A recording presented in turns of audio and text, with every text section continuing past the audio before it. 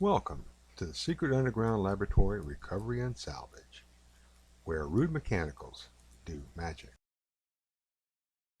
Hello, I'm Bronze Age, Director of the Secret Underground Laboratory Recovery and Salvage, and today we're at the lamp bench where we are going to consider the strange case of the arsonist in the dining room.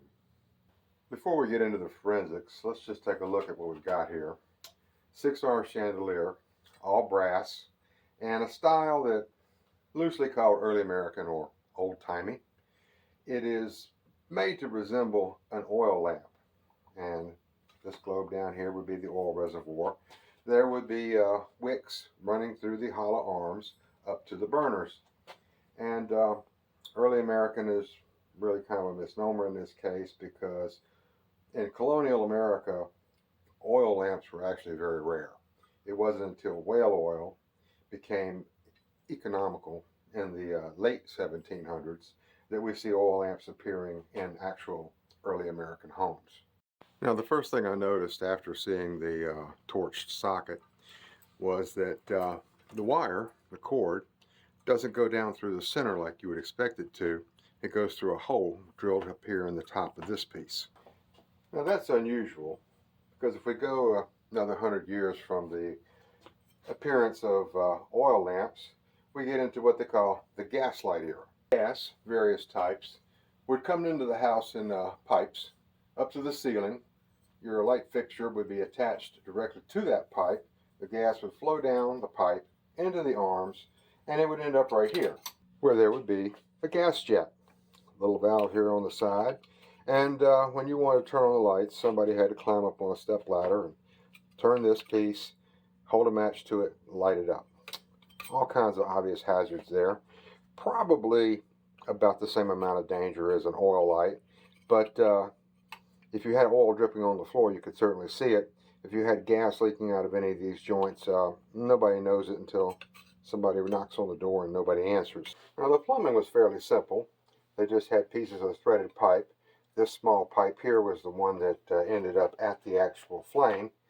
And as gas lamp manufacturers realized that gas lights were going out of style, electricity was taking over, they had plenty of pipe, and they simply used it to hold down the electric sockets. And this pipe thread here, which is known as 1/8 inch IP iron pipe, is still seen today in most modern lamps. And that's the reason why lamps and chandeliers made in North America and Europe have a pipe going down the middle of it.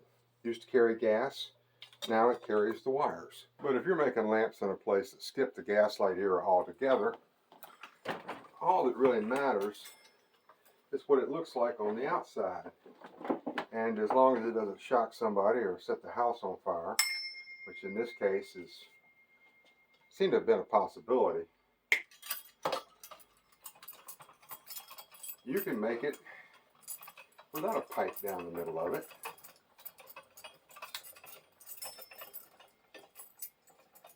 Which leads to a style of lamp construction which I call low-tech, high-skill. Now, low-tech goes back to the idea that casting brass is a technology that is several thousand years old. And if you're in some place like, say, Turkey or India or whatever, and you want to make lamps, you can cast brass, and with a minimum amount of store-bought hardware, such as the sockets here, you can make an early American lamp that can be sold in the United States for quite a good bit of money. Now, here's another piece of store-bought hardware. This part is called the body. That's where the main connectors are for the wires. But this piece here has a hole in the middle, and it is threaded for the 1/8 inch iron pipe.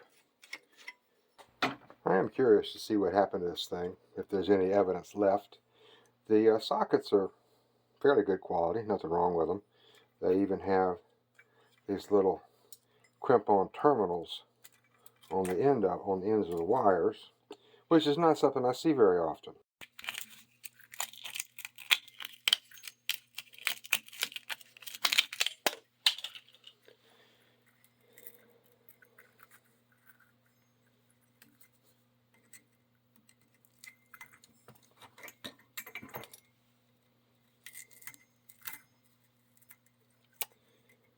I have to say, this is still a mystery. I don't understand how we could have gotten this much heat without blowing a breaker. It just doesn't make any sense at all. I'm going to finish taking all this apart, scrub these pieces, and it'll be ready to go back together. Now I can start putting it back together, make it a little easier with this little jig to hold it in place. Gas lights and later electric chandeliers had hollow arms, first for the gas and then for the wires, but this chandelier maker didn't see any point to that, so we just got a hole that goes into the body, and I pull out enough wire that's going to get me all the way to the end of the socket. And at this end we've got another hole. Pull it up through here. Don't want to forget my bobiche. And all threaded fasteners, like for this little nipple here, I always use blue thread lock. Since there's no flat spots on here where you can get a wrench, and a pair of pliers would certainly mark it up. You have to depend on hand tight, and with the blue goo, that will be more than enough to keep this from coming loose, just because someone wants to change a light bulb or something like that. Now a little more blue goo on the socket.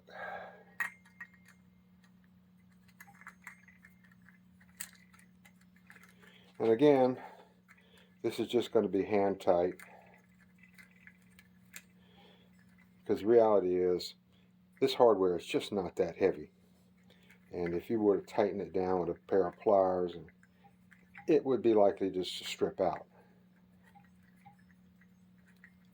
So I get it down like that, get it nice and snug, confident that my thread lock is going to hold everything in place. Now we come to a couple points that I always stress in every lighting rewiring, because it's just that important. And these are the things that make a difference between a good rewiring and a mediocre one, or even a dangerous one. Starts with stripping the wires back about a ½ inch, and these wires are multi-stranded.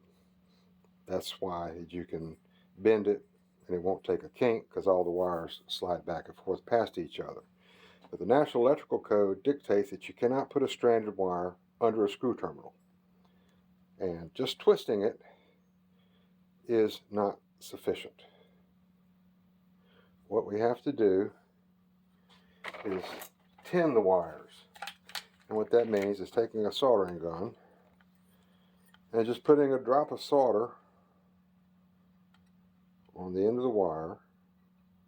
Don't have to do the whole thing, but sometimes it just soaks down the wire, doesn't matter.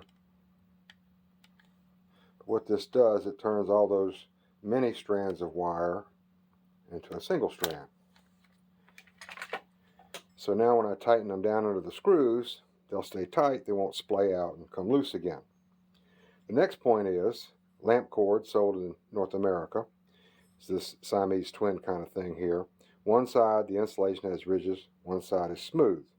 One screw on the socket is silver, one screw is brass colored. And the side with the ridges always goes under the silver screw. Wrap it around clockwise so that when you tighten it down, it will pull the wire under the screw instead of pushing it out. The smooth wire goes under the brass colored screw.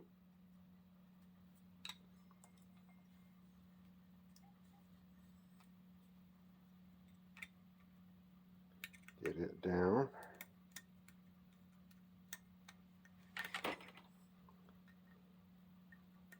Like that. Now I've got this floppy piece of cord. It's got to be secured, and I'm using this wire. You call it jeweler's wire, hobby wire, whatever you want to call it, but it comes in different colors, and I've picked this out because I think it's the closest it's going to match. Get a piece about that long, and I've got a shop made tool, piece of piano wire, wooden dowel, Just wrap it around it, get it hooked like that.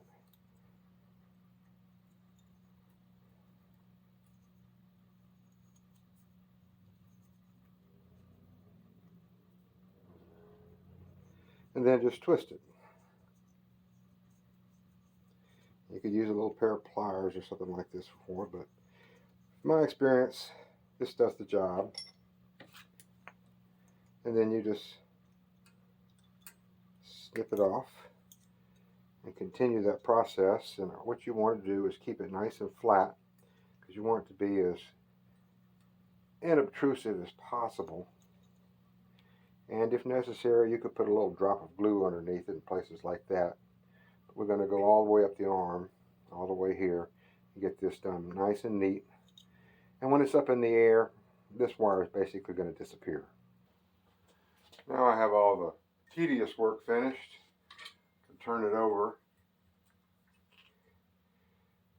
and I have to make the main connection between the trunk wire and all the arms. For the trunk wire, I prefer to use a cord set. It's 8 feet long. 2 reasons for that. First, it's a little cheaper per foot than a wire on a roll, and if this was going to a dealer, the plug on the end makes it a little easier for them to display it. I want to run the cord down through this piece first. And the inside of this is rough casting, and the wire is just going to get caught on one of these points. So I've got a piece of 1/2 inch shrink tubing. And I'll just run up in here and try to get the cord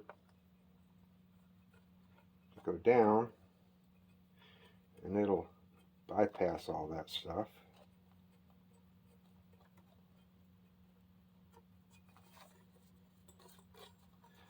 And I've got it out. And I can run out enough to work with and not forget I need it to go through this little plate here too. If you forget some little piece like that, you're just going to have to do it all over again.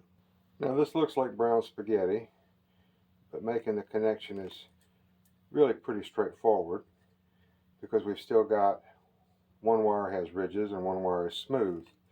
And all we have to do is make sure we connect every smooth wire, every other smooth wire, and the smooth wire on the cord set. Now at this point, you count the wires in your bundle. Should be 7, 1 for the cord and 1 for each arm. If you've only got 6, well then you've missed one. If you have got 7, then you've picked up the wrong one somewhere. All connections in the lab are soldered. We don't just twist the wires together and cover them with tape, and don't use wire nuts. Solder is the only really effective connection method that I know is going to last. And this is rosin core solder, which is made for electrical work. The rosin is like a detergent, washes any oil or grease off the wires and gives me a good flow of solder in between all the wires, and ensures a good connection. And I snip off this little burr on the end. And when it's cooled, make sure I don't have any sharp points. I have a piece of heat shrink tubing, which, as the name implies, it shrinks when you get it hot.